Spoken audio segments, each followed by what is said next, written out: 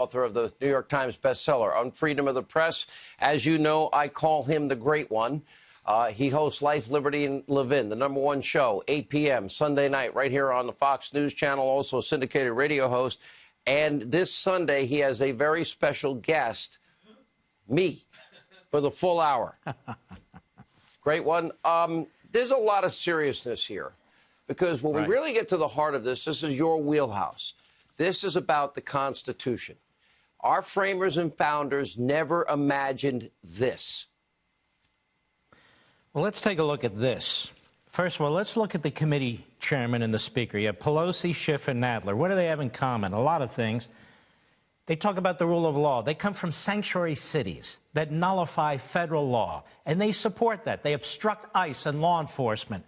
They reject our immigration laws, and now they're talking about the rule of law. They don't believe in the rule of law. The Constitution's the law of the land, not any of these potentates that run these committees, and not Nancy Pelosi. It's the president's duty to uphold the Constitution, not a rogue House where the Democrats are in control. Literally every president who crosses the House of Representatives in the future, under the standardless procedures they have in place with abuse of power and obstruction of Congress, is subject to potential impeachment if they don't bow to the will of the majority in the House of Representatives. First of all, obstruction of Congress, they say, right?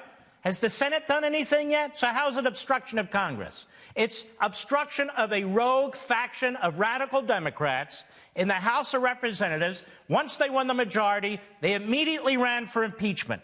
The President of the United States has no obligation to them. Abuse of power they talk about. When the President of the United States, like every past president, even since George Washington, has fought to protect the office of the presidency against a Congress that is out of control, that demands his innermost information from his innermost witnesses, individuals who report to him. And he goes to court, and they say that's obstruction. Let me tell you something. Every past president who would be subject to impeachment under the current articles being debated in the House of Representatives, John Adams would be impeached. He shut down newspapers, he imprisoned reporters.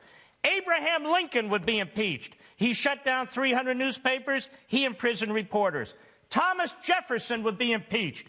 The Louisiana Purchase without budget approval from the Congress. Woodrow Wilson would be impeached. He segregated the civil service, and he put political opponents and reporters in prison. He would be impeached.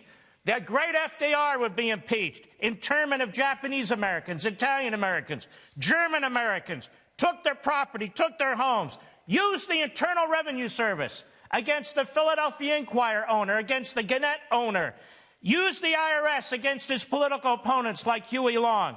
FDR would be impeached 25 times.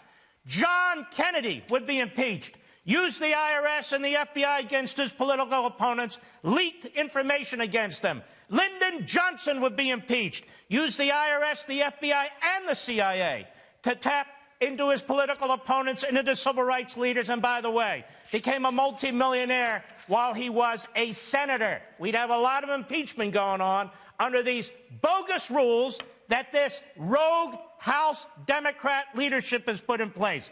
Let's look at the history of the Democrat Party. It's an ugly history with some gaps of goodness.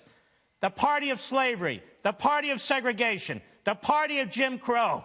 And when the Democrat Party does what it does like that, it needs to be slammed down. And it needs to be slammed down now.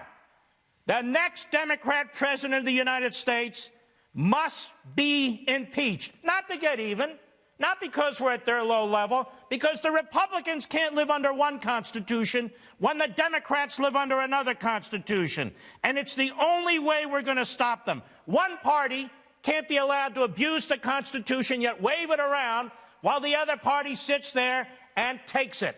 The Democrat Party must be slammed down. The next Democrat president, if they vote for impeachment against President Donald Trump, must be impeached. And we have the blueprint. It's the Pelosi project.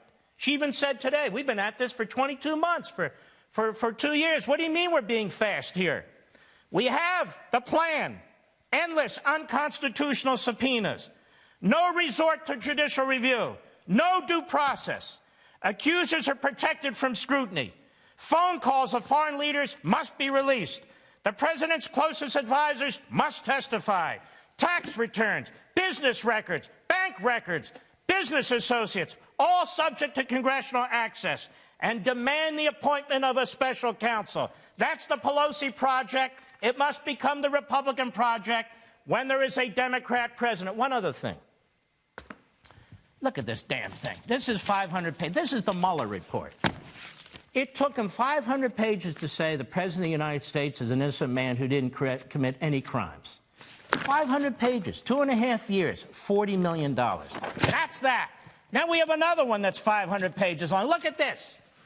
Look at this. What is this? This is an Inspector General report that says what? That says the Obama administration, you listening, Mr. Holder? The Obama administration spied on the Trump campaign, tampered with evidence, repeatedly lied to a federal court, the FISA court, to get bogus warrants 4 times renewed, used a dossier paid for by the Clinton campaign and the DNC that they knew was bogus, and that they used all of this, lies and crimes, to get this, a special counsel report that says your President of the United States is an innocent man. Donald Trump is upholding the Constitution. Donald Trump is the victim. It is the members of the House of Representatives, the Democrats. They're the ones who need to be impeached. That's it. Great one. Thank you. Life, Liberty, and Levin. I will be Mark's guest Sunday night, 8 o'clock, right here on Fox. Hope you'll watch.